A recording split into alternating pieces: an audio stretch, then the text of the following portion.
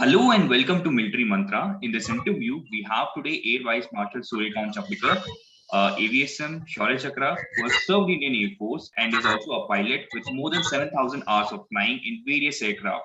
In this interview, we'll try to understand his journey of joining Indian Air Force, various experiences within Indian Air Force, and life lessons which he has learned from his service. So, thank you for coming on this interview, sir, and welcome.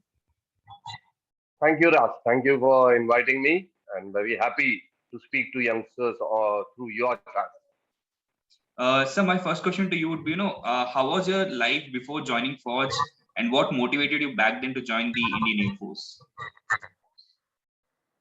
Okay, I'll start by saying I belong to a smaller town that way, that is Nagpur. And life was wonderful, is what I can say. Looking at today's state of affairs, we really had a good time. You didn't require much of, things that time. A bicycle was enough to enjoy your life. And Nagpur being a small place, you could reach anywhere, anytime within 20 to 30 minutes. And I had lots of fun, good time. I was basically an outdoor kind of a person, to tell you the truth. Okay in studies, but was not studious as such. Had a good time in activities like National Cadet Corps. And let me tell you, I was an Army Wing cadet. Okay, right in school as well as in college. Now, how this transformation to Air Force took place is quite an interesting part, and we'll go ahead with that much later. Then I was a swimmer. I used to love swimming. I played for my school, district, things like that.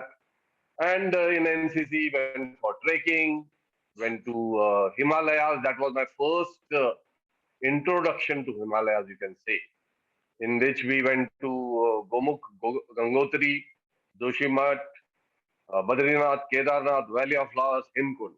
Okay, a very enthusiastic brigadier was our team leader, and I vividly remember the trek, which was a very fantastic thing. And now, when I look back at my life, I see that that was my introduction to Himalayas, and there was so much I was to do in Himalayas only. So maybe that was the beginning which was set for me. And being in Nagpur, I never thought of joining through NDA. That is after 11th and 12th. Somehow, I was very happy to be an outdoor person, enjoy life, and did my graduation from Nagpur. So that will tell you that I am not an ex-NDA. Okay. So after having a wonderful school time and thereafter in college, all the while I had one fixed idea that I will be in defense forces. Which arm, when, was the only issue. But after graduation, there was no much a choice but to appear for CDSE and move ahead. So that was what my life was. Really enjoyed, always believed in enjoy the present rather than keep planning too much. So had a wonderful time enjoying what we did. Okay, got it. Sir, if you could also tell us, your experience back then in the AFSB, and also what tips you would like to give to those who, gonna appear for the service selection board. Definitely. My journey, as I told you, I was in Army Wing for both in school and as well as in college. So when I appeared for CDSE, that is Combined Defense Service Examination, which your boys and girls will know well, I opted for naval aviation as the first one. And then second choice was Air Force, and the third choice was uh, Army. My father was from paramilitary forces, that is in territorial army, and after retirement had started giving coaching to boys and girls from Vidarbha region for SSB. And let me tell you, it was free of cost, and there are at least 1,000 to 1,200 boys and girls as of now in services who cleared SSB because of it. So I was his first student. That is how my activity started.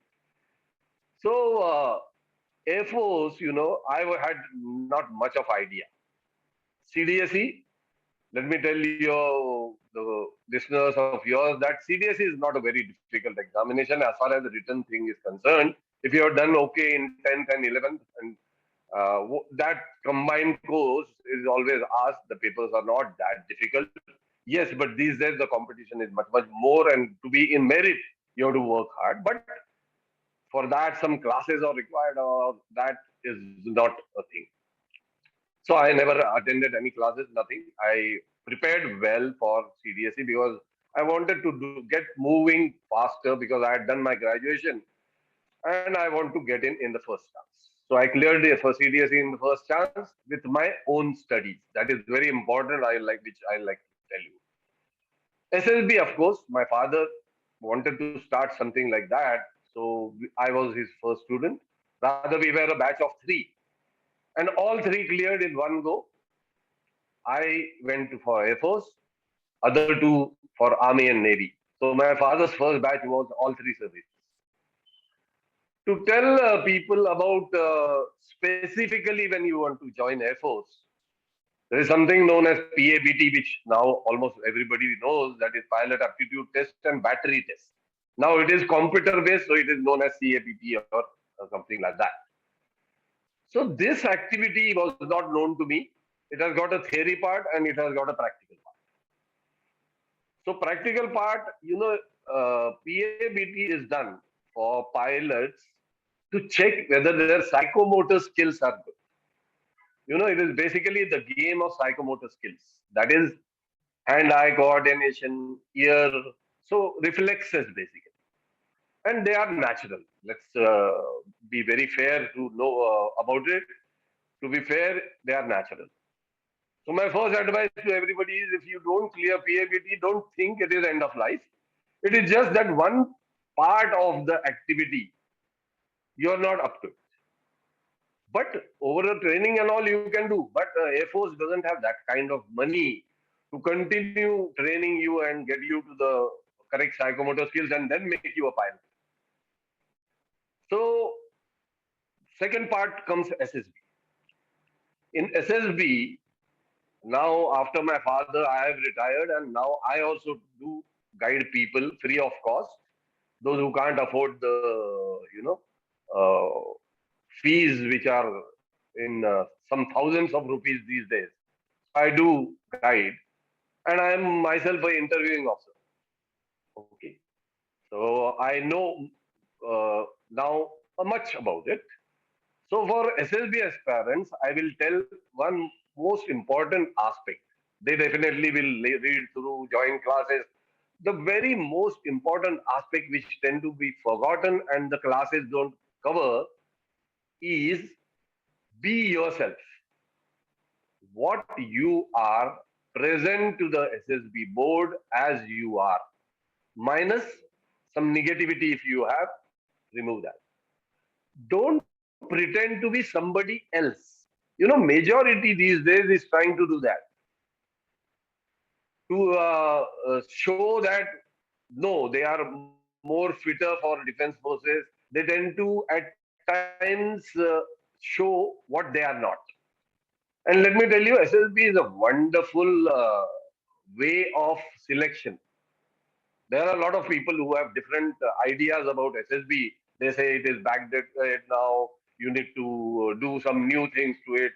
I am of the firm opinion that it is one of the best methodology to select defense forces officers, because the mandatory qualities like honesty, integrity, courage, conviction, patriotism, you require to find out this, at least basic is available in the candidate or not. So all the aspiring ones should know that these are very important mandatory qualities, and being truthful to yourself and to others is a very important aspect. There is SSB is a one more, can say a subject in itself. So we'll not discuss too much, but these are the 2 points which I would like to tell people, that be yourself.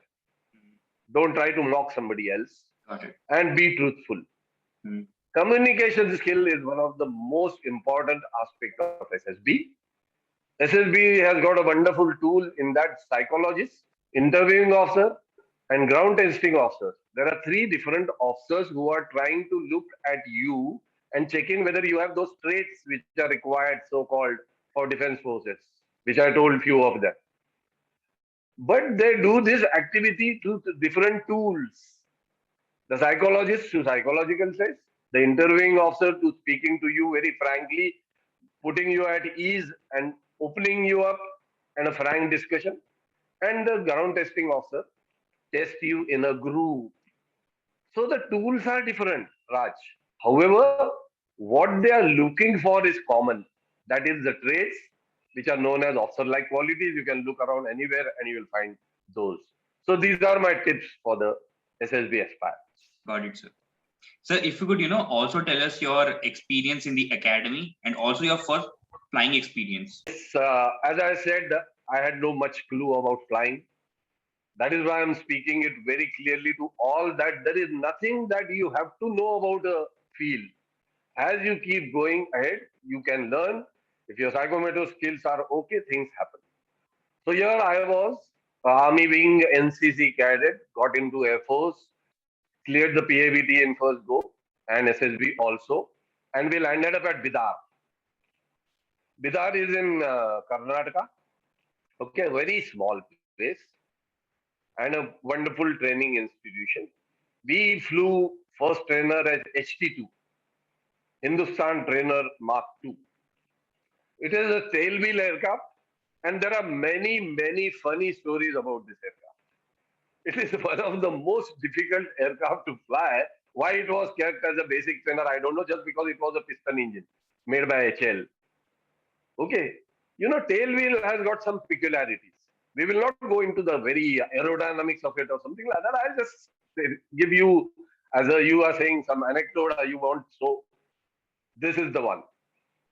So this HT2 aircraft had tandem seating. The trainer used to sit in front and the instructor behind.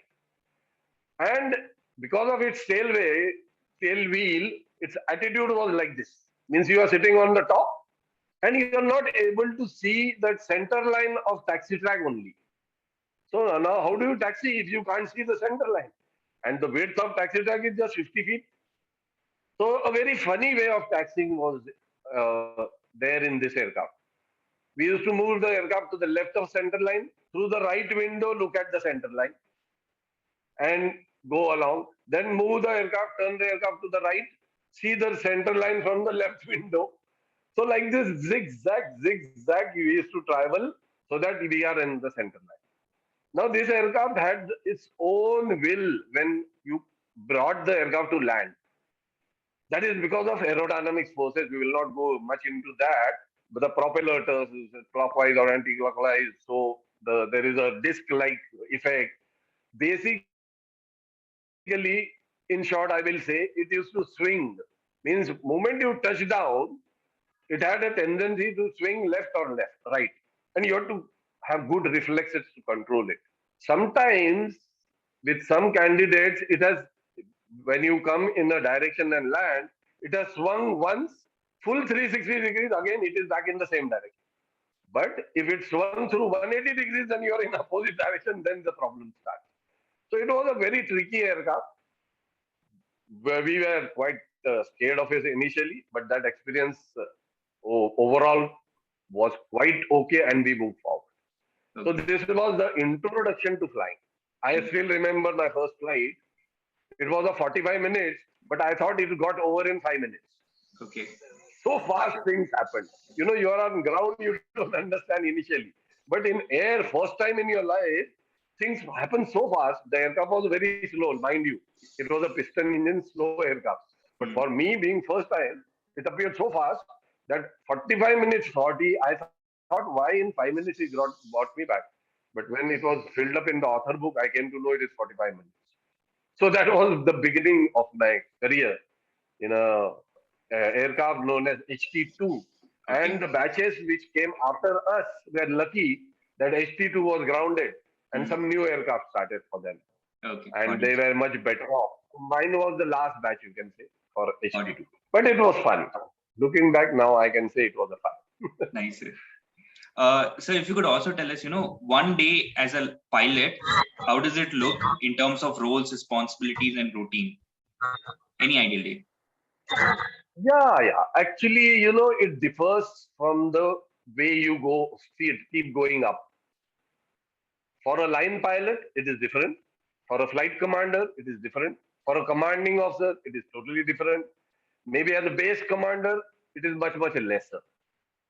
Okay. I was a transport pilot. I chose to be a transport pilot. Okay. And a transport pilot's life in India, let me assure you, is very hectic. Very few people know that in Himalayas, the entire day-to-day ration, ammunition, clothing, everything is delivered by aircraft. It's a marathon peacetime task which Indian Air Force does. Nowhere in the world such amount of thing is done. So I will tell you a day of a transport pilot at a base, something like Chandigarh. Okay. In Chandigarh, we operate in Himalayas.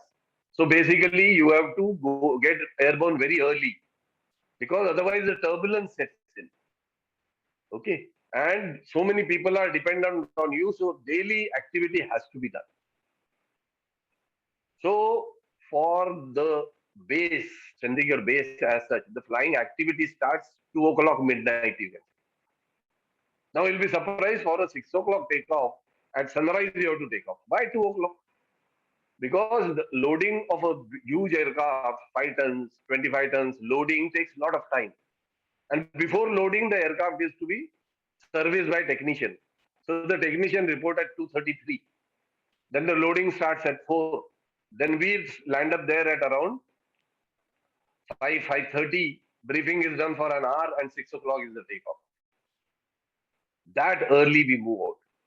But thereafter, another detail is done, and then we land back around maybe 1:32, lunch, then move out. Then sometimes there is night flying, sometimes there are other commitments. So, transport pilot schedule, you can say, is pretty tight, and it has to be maintained like that way. Otherwise, fighter aircraft, it's most of a training. Nobody is dependent on you. Here, there is the entire people of the northern sector are dependent on you. So you have got that additional responsibility. So you have to do this routinely, 365 days in a year, 24/7. So that is what I will like to say is the life of a transport pilot. And flying in Himalayas is not easy. As we go along, you will come to know about that. Got it. Got it, sir. So if you could also tell us, that experience that you had in somewhere in February 2002, when you were landing at the Kargil and you were hit by a Pakistani missile. So how did you manage that situation? Okay. We will not talk about how it happened, why it happened, and all. How we manage the situation is more interesting. Okay. Firstly, let me tell you all that Kargil is very close by to Pakistan border, which we already know now. Line of control with Pakistan.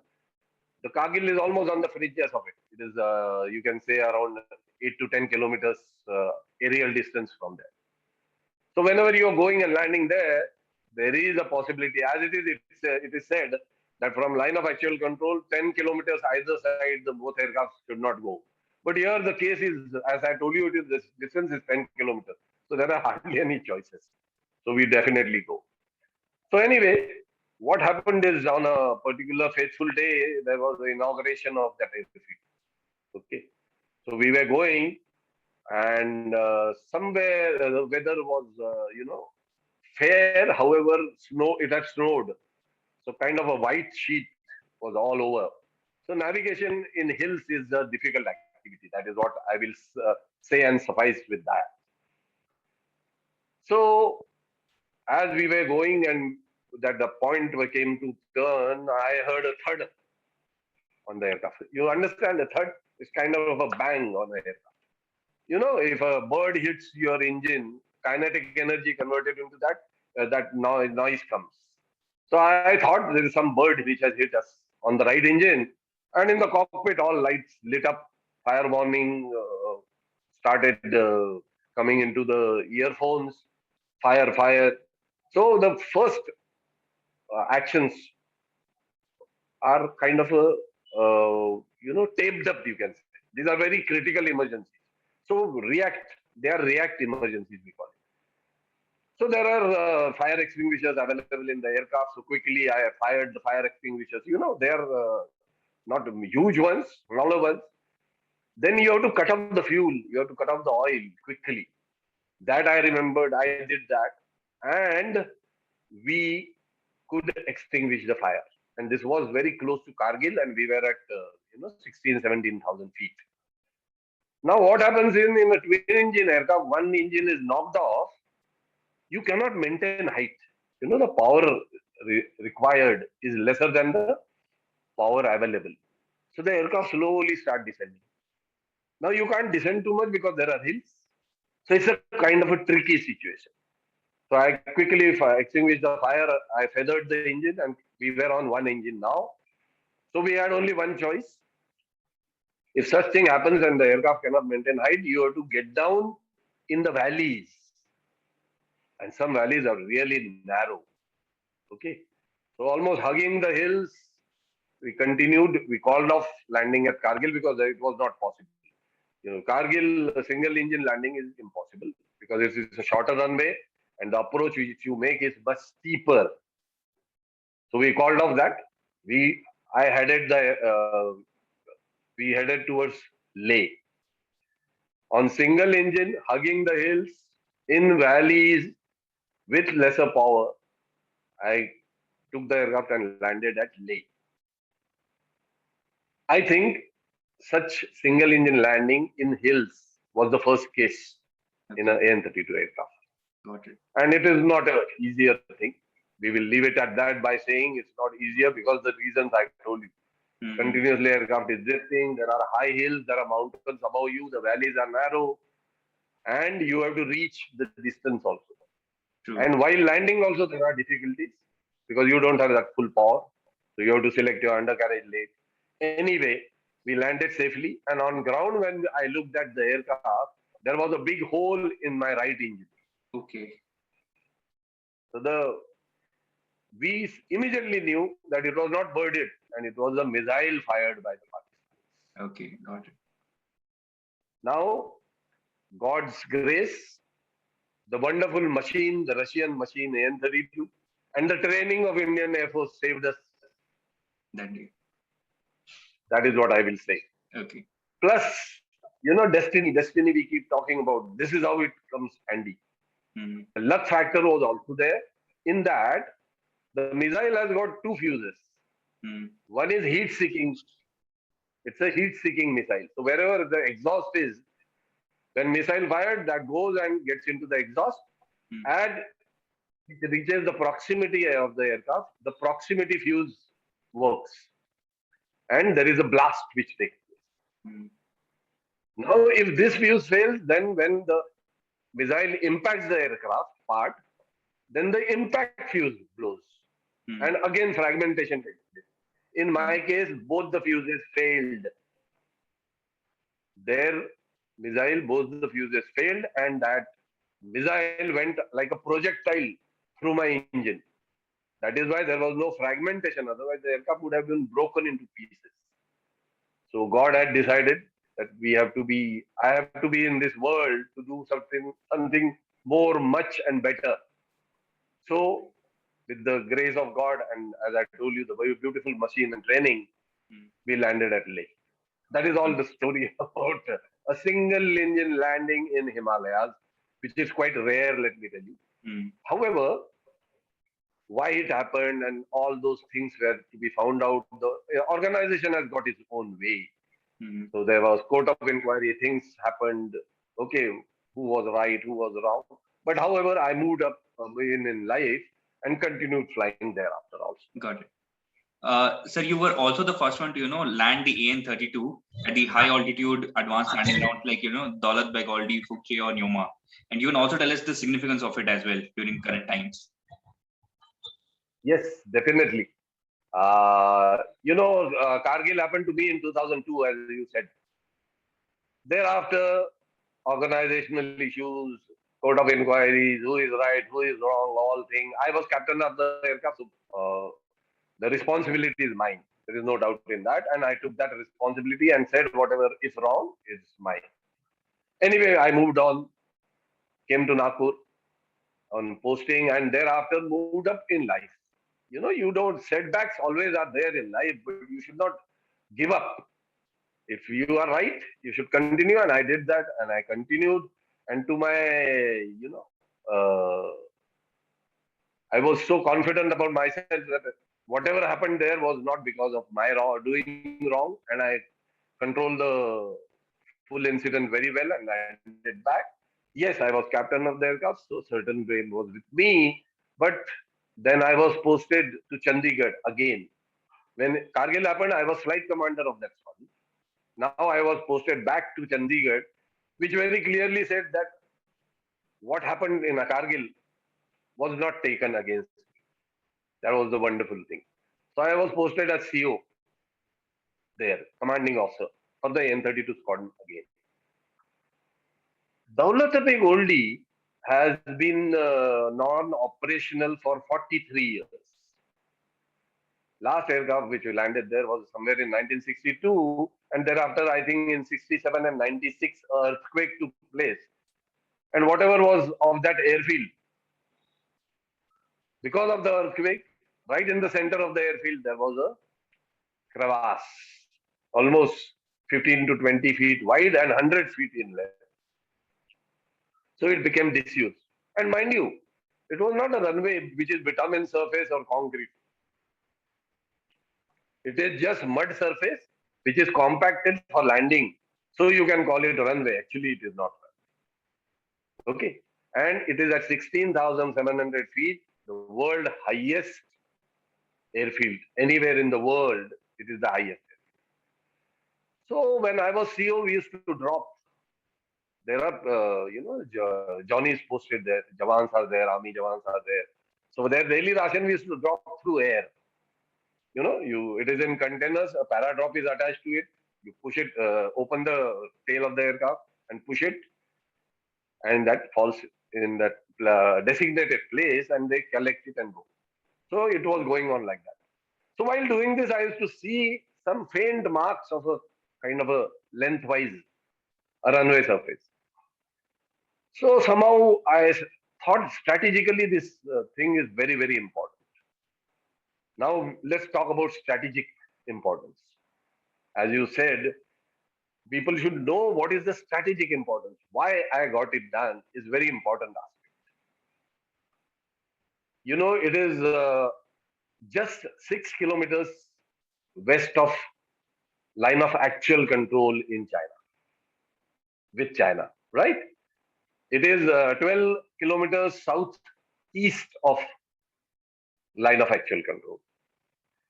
It is almost adjacent to Aksai Chin area. And if you have to join Aksai Chin area to Saksham Valley, which is Pakistan occupied, but handed over to China, you have to go through DBO and CIS. That is the strategic importance. Otherwise, right now, China goes all the way through Xinjiang and then to Saksham Valley. So it is a longer route through Tibet. That is the importance of the place. Secondly, Karakoram Pass is just 13 kilometers from there. And you will be knowing that southern portion of Karakoram Pass is with us. Yes. Northern portion is with China. So it has got a strategic importance. It is known as the roof of the world. It is the highest point where 5 countries borders meet and even 5 cultures meet. So and it is a old Silk route, en route. Daulat Beg Oldi was on the Silk route. And there is a folk story which says that Daulat Beg was a person, businessman who was traveling from there with a lot of gold and jewels and things like that and a lot of money. So a storm hit and he died there. All that thing is buried there. I went quite a few times to do the checkup, but they never found it. That is a different story. But that is how the importance of DBO is. Now, whatever the difficulties I have to tell you about DBO, why it is considered as a such an important thing for me that I got a gallantry award for that. Landing there first, I got my Shaurya Chakra. So why it was considered so important? Firstly, nobody had tried to land there for 43 years for three reasons.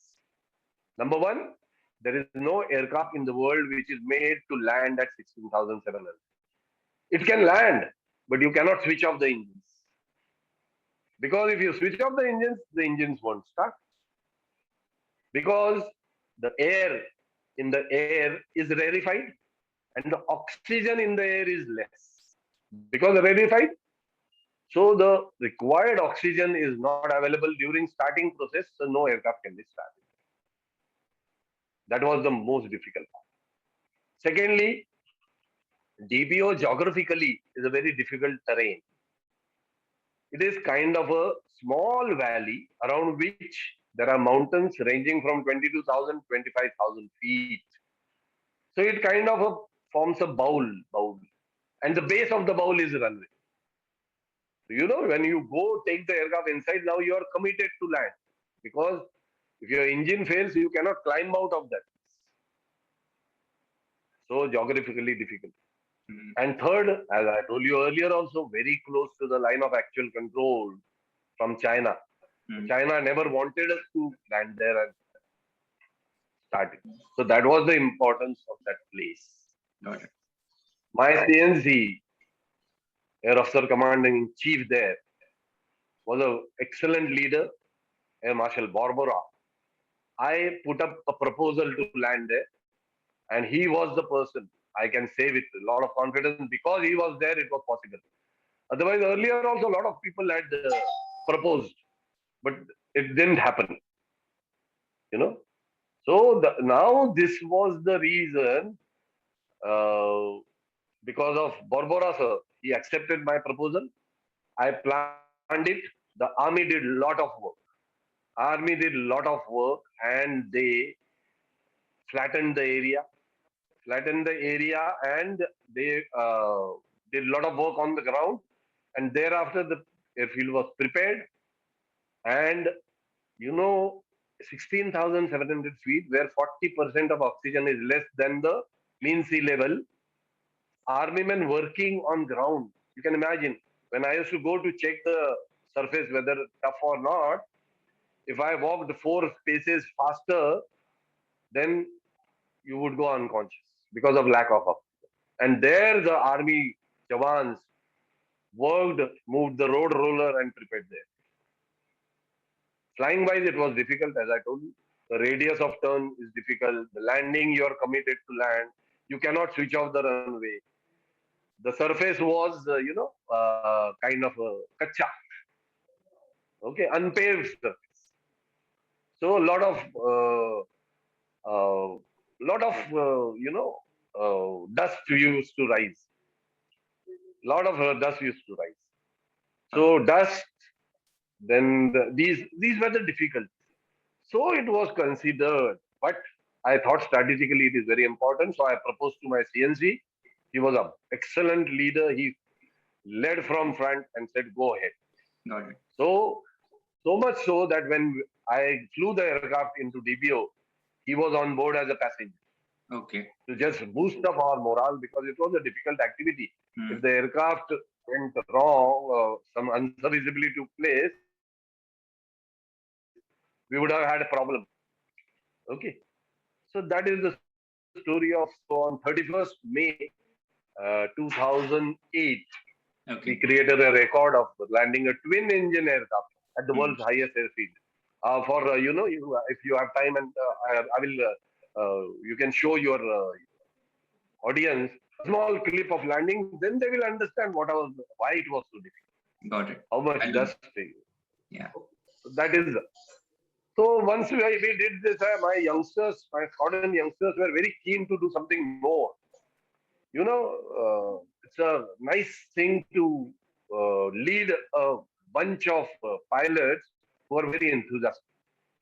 I landed at DBO, record was done. We did a lot of sorties thereafter also. So they said something more, something more. So thereafter we did Fukche. Fukche is in, Indus Valley. Right now, what is happening in Pengang Tso, south of Pengang Tso, you can say, is Fukche. It is at 14,500 feet.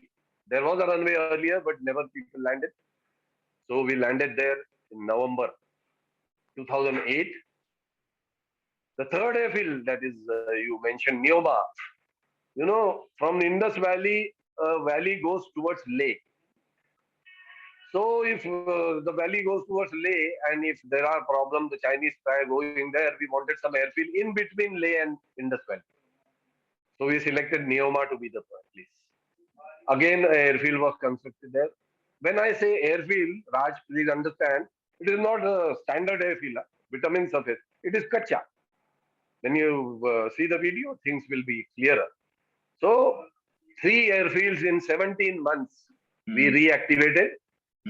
And common thing in that was high altitude operations, very close to line of actual control. And third thing was all unpaved surfaces. And all 3 strategically very important. Now, when the Galwan thing happened, Fukche could have been of some use. However, we didn't require so. But in 2020, when Chinese first time came towards that place, we wanted to induct our troops. They got their troops along the border. We wanted to induct our troops. So C-130 Hercules aircraft pumped in lot of army jawans by landing at DBO. So what I did in 2008, the strategic importance of that was understood in 2020. Got it. So I always tell people, you have got a youngster audience. I will like to tell them, always think out of box. You never know what good you will do for your country. That time, not many were keen to do this job because it was dangerous, it was risky, closer to line of actual control. The government was not very keen, but with my CNC as my leader and me leading my lot, we did it, and it proved to be one of the most important strategic activity. So you can say a tactical action which gave strategic results. As a squadron commander, I was planning a tactical action. We didn't think much of strategy, but a tactical action changed over into a strategic. That is the story of DBO and all the other. When I look back, I feel very, very proud that yes, we could do along with my youngsters. My youngsters, let me tell you, did a lot of planning. You require a lot of planning in that. And I, as a CEO, was just a guide for them, but they did the main job. My technical officers, my technicians did a wonderful job because an aircraft cannot land there. Now you're making it land, so it has to be foolproof. It has to be looked after well. If it gets stuck there, we have to leave it there. Got it. So it was a good job done as a team, which was very important.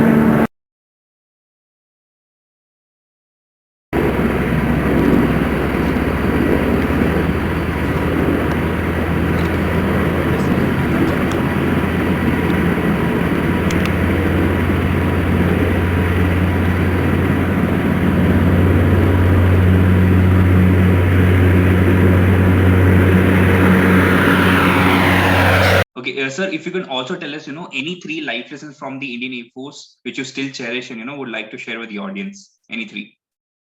Yeah, definitely. defense forces are known for their uprightness, honesty, integrity. And I will say these are the few which we learned. The first one, most important, is to nurture values of life. As a youngster, our parents keep telling us that honesty, integrity, and these things are very important. And our country as such has got a rich culture background. We have got a very rich cultural background. Okay. And as far as I am concerned, we spoke about Kargil when you asked me. Then we spoke about DBO.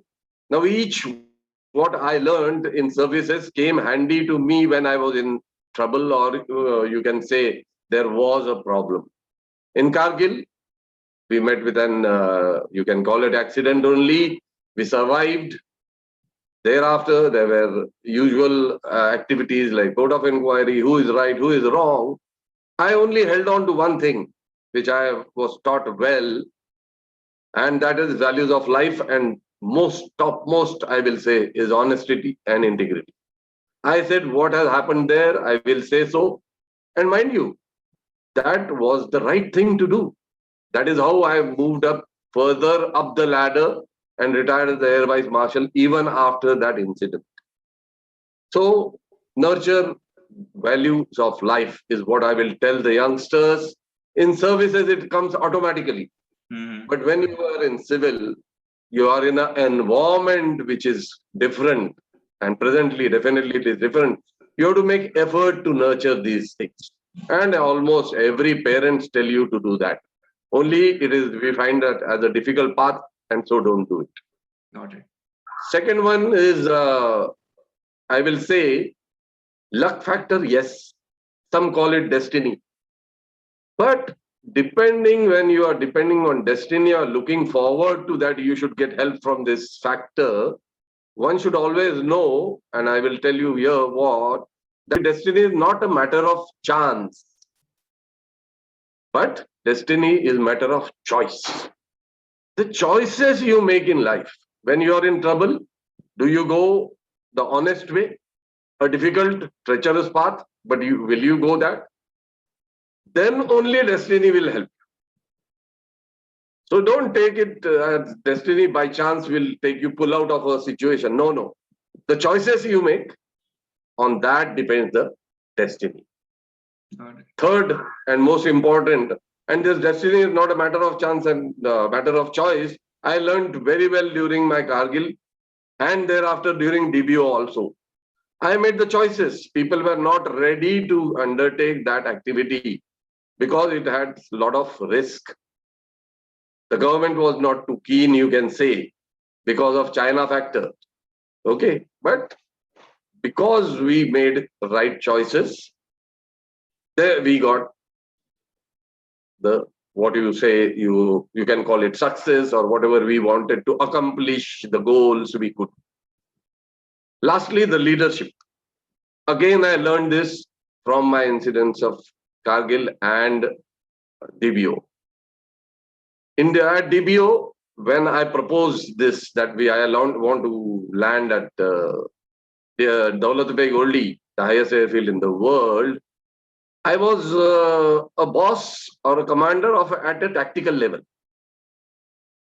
But my leadership, that is my AOCNC, Air Officer Commanding in Chief, Western Command, Air Marshal Barbara, is a good example of good leadership, leading from front.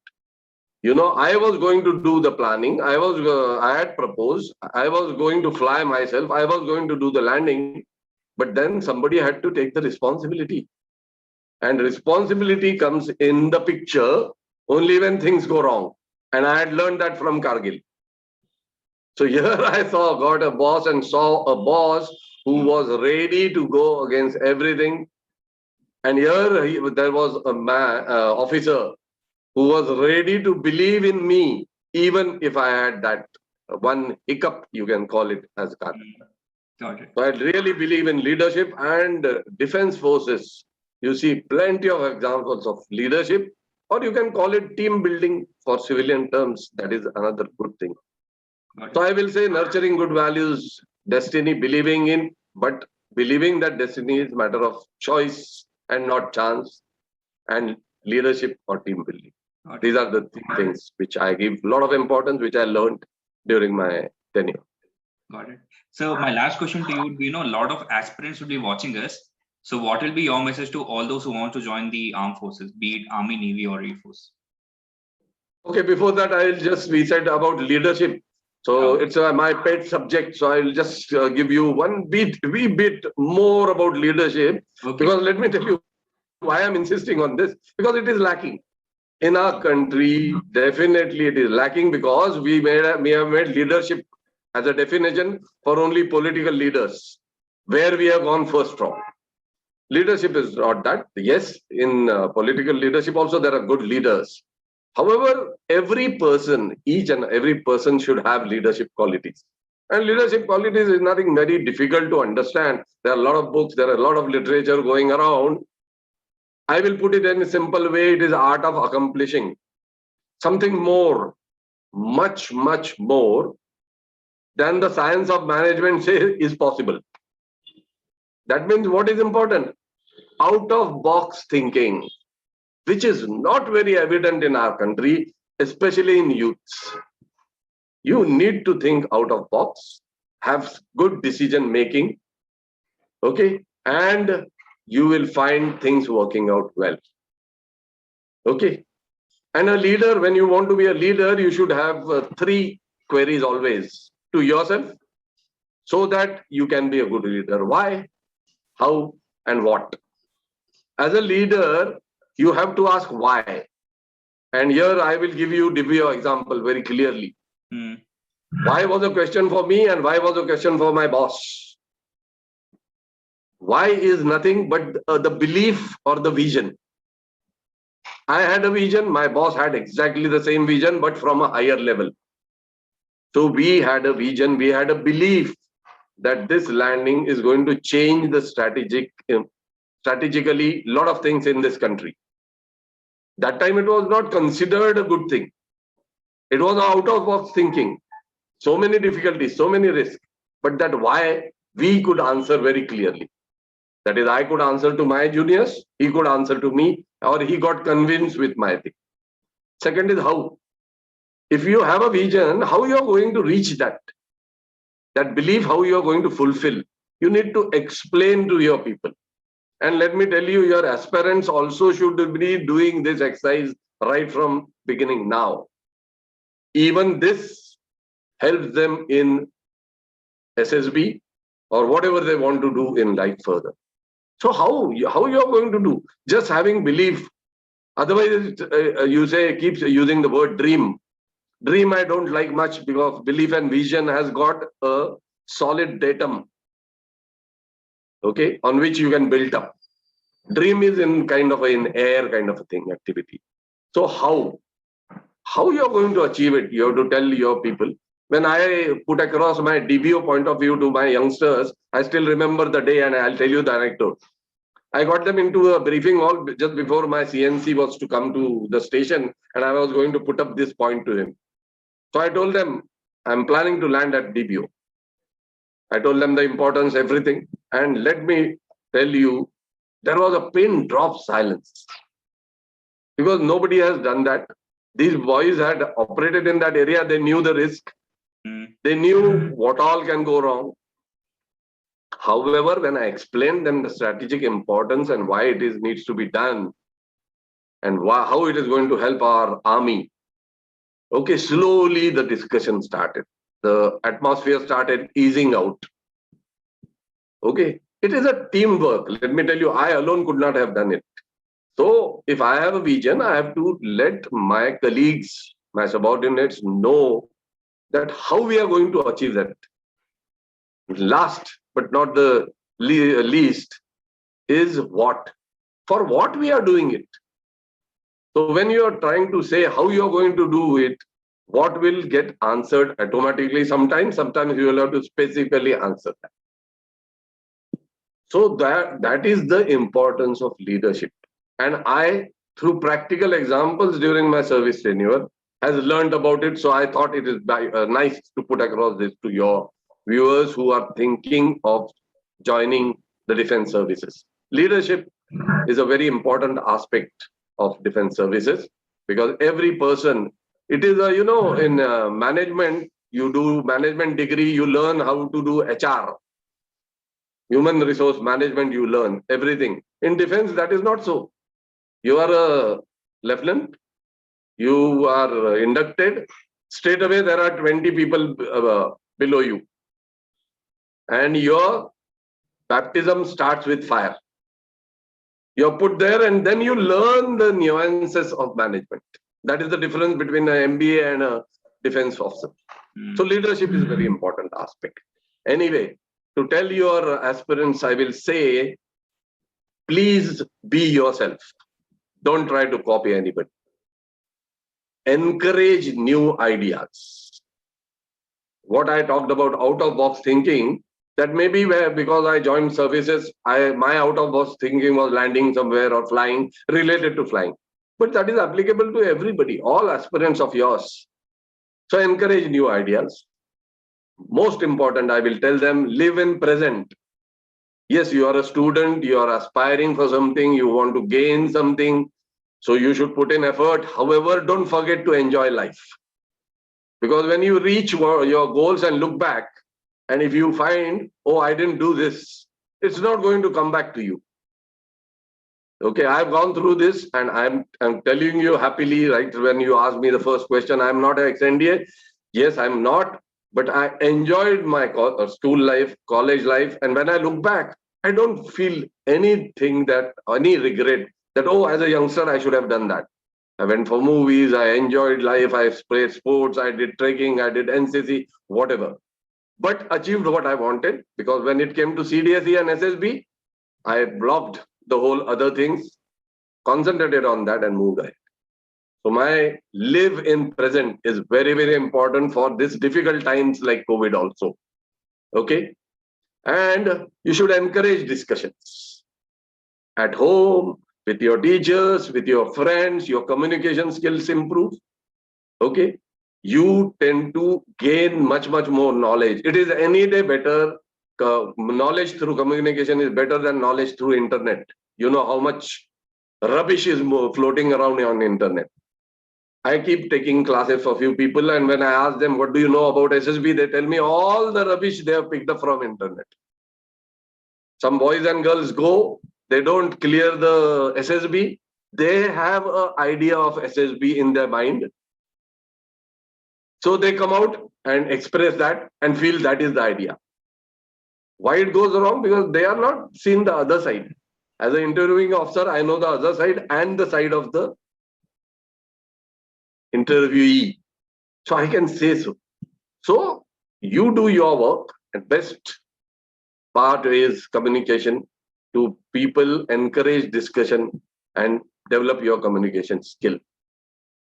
You know, success comes your way only with motivation will meet dedication. And there where lies the problem presently. The present generation has got very high aspirations. Good to have. Okay, without hope, without aspirations, one can't move ahead. But there is a gap between aspirations and capability. And that gap is widening. Let me tell you, what we were our time, the gap was much lesser. Now, because there are a lot of things, new things coming up, there are too many avenues available. So there is a kind of a confusion which has come. So this gap between aspirations and your own capabilities has to reduce and merged so that you are capable of meeting your aspirations. Youngsters need to know this. A lot of youngsters come to me and I find this as the main problem for them. They will start the class on day one wonderfully well. Because it is free of cost, they are more keen and eager to join. When I start giving them work, now they are aspiring to be an officer. So that much of dedication and of course hard work they have to do. Till I am lecturing them and telling them how is the pattern, things are wonderful. I am being practical so that your aspirants exactly know what I am talking about. So till I am speaking, they are very listening to me, understanding all.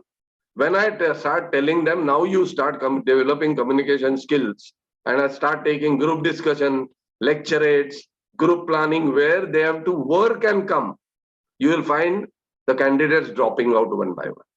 Practical example I'm giving. So having aspirations is very good, but one has to know that the aspirations and capability have to match. And to match, nothing better than dedication and hard work. So to achieve a goal, you have to do this. So the best way is what? Whatever you had experience in the past, take it as an experience, consider it as an experience. What you want for tomorrow is expectations. I want to do this, I want to do that. But what is most important, knowing these two things is okay, past experience and expectations. But experimenting today, present, which is a gift from the God, is most important. So my advice to all will be only one. Use your past experience in experimenting today to reach your expectations, what you are wanting. And for your aspirants, it is SSB. And do definitely remember that destiny is not a matter of chance, but matter of choice. So make choice, do hard work. And with this, I will just say last one thing, that ignite your mind. Every day you should have a better idea which you want to inculcate on others. That is for you and me. And for these people, they need to nurture these new ideas. So ignite your minds with good ideas.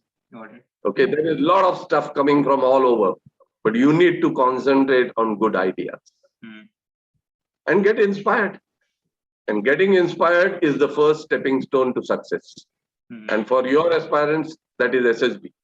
So I've talked about what I did in SSB and now what they require to do. Competition has increased. There is no doubt. But the openings have also increased. The opportunities have increased. A lot of professions which were not known, not understood, not seen by you, people like me, who are now in their 60s, are available there for them. So through your medium, I will just tell them that work hard with dedication and definitely success will come your way. Thanks a lot, sir, for all the words that you have told us about all the experiences that you had and what are the various life lessons that you have learned from your service. I hope a lot of people who will be watching this, will get a new perspective. And thanks a lot again, sir, for your time on this interview. And Jai Hind, sir. Jai Hind, and thanks a lot for calling me.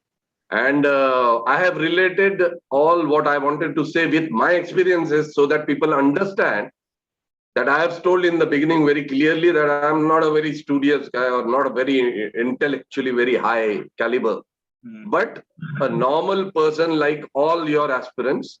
And if I could do it, they can do it. Jai Hind. Jai Hind, sir.